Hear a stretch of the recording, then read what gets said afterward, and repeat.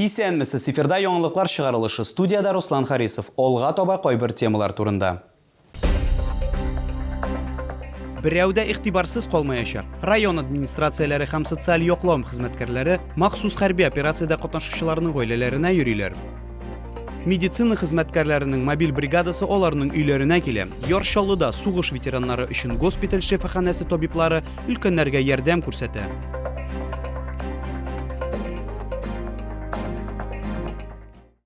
Берәүдә игътибарсыз калмаячак. Комсомол, Үзәк, Автозавод районы администрацияләре башлыклары, социаль яклау хезмәткәрләре белән берлектә махсус хәрби операциядә катнашучыларның гаиләләренә йөриләр. Исемлектә беренчеләрдән булып Будиловлар гаиләсе була. Алар белән Чаллы ТВ телеканалының төшерү төркемендә очрашты. Тулырак безнең материалда. Получается, он в батальоне Тимер. Вот татарстанский батальон Запорожской области в данный момент. Конкретно место им нельзя говорить. Да. Но он сам звонит, да? Он сам выходит на связь, да, когда есть возможность. Валентина Будилованың ире Иван атнага бер тапкыр алар белән элемтәгә чыккан. Туганнары белсен өчен кыска гына хәбәр. Ул исән. Әмма 21 сентябрьдән башлап гаилә башлыгы белән аралашу юк. Чаллылы хәрби операциягә үз теләге белән китә. Ул Тимер батальонына керә. 5 августта ул Түбән Новгородка китә. Ә бер айдан соң махсус операция зонасына. Аның кайтуын хатыны, улы һәм кызы көтә. Ире хезмәттә булганда шәһәр хакимияте Иван гаиләсенә нинди ярдәм кирәклеген белешәчәк. Конечно же, есть кредиты, это все нужно оплачивать в данный момент. Тоже в квартире ремонт не доделан, тоже требуются мужские руки иногда. Вот. А так, в целом, больше ничего такого нет. Махсус хәрби операциядә катнашучыларның гаиләләренең һәр үтенечен махсус контроль астына алдылар. Шәһәрнең 3 район администрациясе һәм социаль яклау хезмәткәрләре мөрәҗәгатьләрне язып ала. Чаллыларның сорауларының күбелеше ипотека кредитлар турында. Шәһәр хакимы карары нигезендә, Наилган Барышның карары нигезендә без кичә башладык мобилизациягә узган кешеләрнең гаиләләренә керергә. Һәм инде анкета нигезендә без һәрбер семьяның, гаиләнең торышын өйрәнәбез, язып барабыз, сорауларны язып, аны инде башка социаль структураларга бирәбез. Автозавод районында махсус операциядә катнашучылар булган 100дән артык гаилә бар. Әлегә аларның 10-сында гына булганнар. Айзилә Шаймөхәммәтова, Эльмира Ганетдинова, Ленар Султанов, яңалыклар. Яршаллыда икенчел Шимал кабул итүнең яңа пункты ачылды. Ул ГЭС бистәсендә урнашкан. Анда шешәләр, пленка, көнкүреш химиясе флаконнары, канистрлар кабул итә. Икенчел Шимал тапшырырга теләүчеләр күпме һәм аны эшкәртүгә алып баралармы? Бу хакта алга таба сөйләрбез. Здравствуйте. Я принесла бумагу, можно сдать? Ольга Гайдабура тамашачыларга табигать күренешләре турында сөйләп кенә калмый, ә үзе дә әйләнә-тирә мөхит турында кайгырта. Менә 2 ел инде һава торышы чыгарылышын алып баручы актив рәвештә чүп-чарны сортларга аера. Экологик яшәү рәвешен ул балачактан ук алып бара. Мама всегда приучала, что мы сортируем бумагу, что за природой, за экологией нужно, так скажем, следить, что мусор мы всегда выкидываем в мусорку, что воду мы, когда чистим зубы, мы выключаем, потому что она говорила всегда, речка убегает. Хәзерге вакытта Ольга Гайдабура пластик шешәләр, ризык калдыклары һәм макулатураны аера. Икенчел Шималның соңгы төрен ул кабул итү пунктына алып килде. Макулатура вышла у вас 24 килограмма, сколько? Аларны нигездә яшь экоактивистлар һәм өлкән яшьтәге кешеләр бирә. Теләүчеләр көннән-көн күбәя дип уртаклаша кабул итү пункты җитәкчесе. Мусор выбрасывать, руки не поднимаются, вот накопилось несколько, за год, за два, наверное. И вот, наконец, слава богу, появился пункт приема вторсырья. И вот с удовольствием привезла, и чтобы оно хотя бы принесло пользу. Ну, в основном я привезла стекло, потому что стекла очень много дома копится.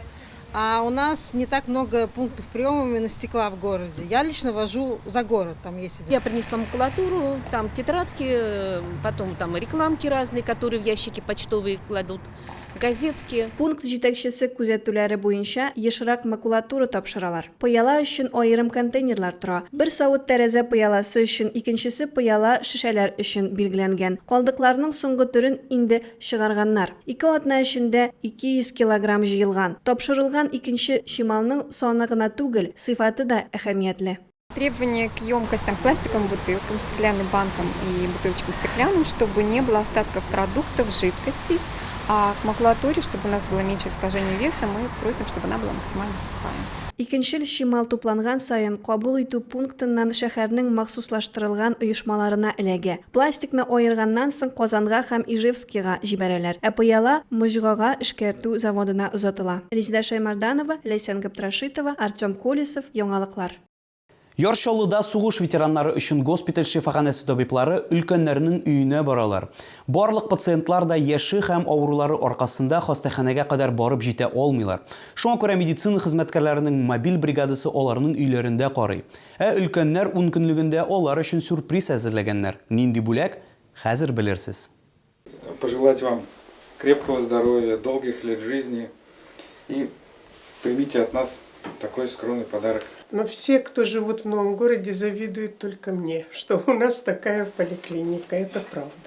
73 яшьлек Галина Васильевна күз яшьләрен тыя алмый. Пенсионер ханым сүзләренчә, аның яшендә игътибар тою аеруча рәхәт. Ә монда сугыш ветераннары өчен госпиталь шифаханәсе хезмәткәрләре өйдә медицина тикшерүе оештырып кына калмыйча, аңа өлкәннәр көне уңаеннан хөрмәт итеп бүләк тә алып килгәннәр. Домашняя обстановка и вот эта просто непринужденная беседа, ну, конечно, лучше. Вы знаете, 73 года уже дефицит общения – это и правда. И вот такое общение у меня сегодня, это надолго запомнится и запомнится только в светлых тонах. Табиблар һәм шәфкать туташлары бер көндә 3-5 пациентка килеп, аларга өйдә медицина тикшерүе уздырырга өлгерәләр. Өлкәннәр янына сугыш ветераннары өчен госпиталь шифаханәсенең тулы бер мультидисциплиналар бригадасы бара. Бигрәк тә чаллыларны тар белгечләрдә килүе сөендерә. Такие как хирург, уролог. Мы проводим осмотры, делаем соответствующие назначения. При необходимости направляем пациента в стационар. Уртача алганда бер пациентны тикшерү өчен якынча 30 минут вакыт китә. Медиклар әйтүенчә, өлкәннәрнең сәламәтлеген тулы сурәтләү өчен бу җитә. Медицина тикшерүе һәм лаборатория тикшеренүләре вакытында Чаллыда яшәүчеләрнең ишемик йөрәк, гипертония кебек авырулары ачыклана. Айзилә Шаймөхәммәтова, Эльмира Гайнетдинова, Ленар Султанов, Яңалыклар. IT өлкә бүген иң популяр юнәлешләрнең берсе. Бу шулай ук югары хезмәт хакы дигән сүз. Әйтик, шәһәр предприятиеләренең берсендә IT белгечләргә 100 000 сумнан артык акча тәкъдим итәләр. Чаллылар моны аңлый, шуңа бәйле рәвештә укытуга ихтыяҗ арта. Әйтик, IT паркта программалаштыру курслары башланды. Булачак белгечләрне нәрсәгә өйрәтәчәкләр? Безнең тикшерү төркеме ачыклады. Эшкә урнашу стартап өчен үз идеяңны тормышка ашыру яки белем даирәсен киңәйтү, белем алу максаты һәркемнең дә төрле. Мәсәлән, Денис Ярамасов эш көннәрен җиңеләйтү өчен курсларга килгән. Аның максаты процессларны автоматлаштыра торган программа булдыру. Программалаштыру турында ул белә, тик әлегә база дәрәҗәсендә генә. Со школьных времен мы изучали там 2 языка, это там базовый Паскаль и Basic вроде бы. Вот, и там какие-то самые легкие функции могли писать. Курсның теориясын студентлар мөстәкыйль өйрәнәләр, ә менә практикада укытучы ярдәм итә. Башлангыч этапта исәпләү мәсьәләләрен шишәләр, ә соңрак кушымта прототипын төзиләр. Мәсәлән, калькулятор, гаилә бюджетын исәпкә алу программасы, крестик-ноликлар уены, челтәрле шатлар. Нәтиҗәләр мәгълүмат бирүгә бәйле, дип ышана укытучы. Программалаштыруның катлаулы терминнары җиңел итеп аңлатыла. Курс предусматривает даже нулевой опыт программирования у слушателей. Соответственно, начинаем с основ. Банальный школьный курс алгоритмизации, очень-очень сжато, кратко. Затем объектно-ориентированное программирование. И затем 3-4 разделы.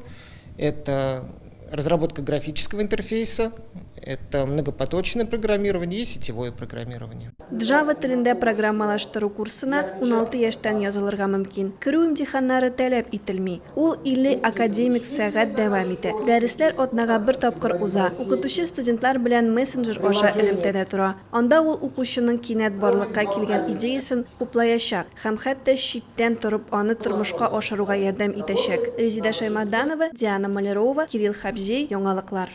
Бу сезгә җиткерәсе соңгы мәгълүматыбыз иде. Мин Руслан Харисов сезнең белән сау булашам. Исән имин булыгыз.